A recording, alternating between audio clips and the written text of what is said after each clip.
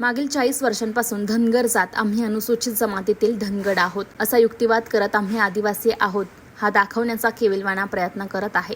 या संदर्भात विविध माध्यमातून न्यायालयीन लढाई, मोर्चा, धरणे, आंदोलन, राजकीय दबाव तंत्र अशा विविध मार्गाने लढत आहे।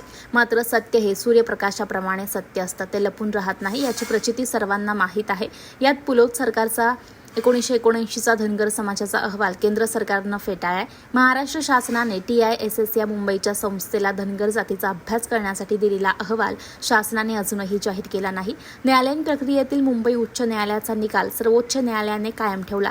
धनगर हे आदिवासींचे कोणतेही निकष पूर्ण करू शकत नाही। धनगर जातीचा समावेश अनुसूचित जमातीतील यादीत करता येत नाही। असं असताना केवळ राजकीय स्वार्थासाठी नव्याने दबावगट निर्माण करून धनगरांना अनुसूचित जमातीत समावेश करण्याबाबतच्या हालचाली शासन स्तरावर होताना दिसतात। त्यामुळे आदिवासी समाजात शासनाविषयी प्रचंड असंतोष निर्माण झालाय। आदिवासी समाज रस्त्यावर उतरून प्रखर विरोध करणार असल्याचा इशारा दिलाय। बिरसा क्रांती दलाने या पार्श्वभूमीवर जिल्हाधिकाऱ्यांमार्फत मुख्यमंत्र्यांना या संदर्भात निवेदन दिलंय।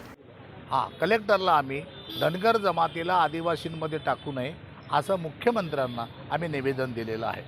आणि जर मुख्यमंत्री या पद्धतीनं जर GR काढणार असेल तर आदिवासी जनता प्रचंड मोठ्या ताकदीनं रस्त्यावरती येईल, तीव्र आंदोलन करेल आणि आमचीच काही जनता आम्ही कोर्टात पण जाऊ। दोन पद्धतीनं आम्ही ही लढाई लढू आणि आदिवासींच्या अधिकारावरचं जे हनन होत आहे ते आम्ही होऊ देणार नाही, एवढं आम्ही ठामपणे बिरसा क्रांती दलाच्या वतीनं हे आम्ही आंदोलन करणार आहोत।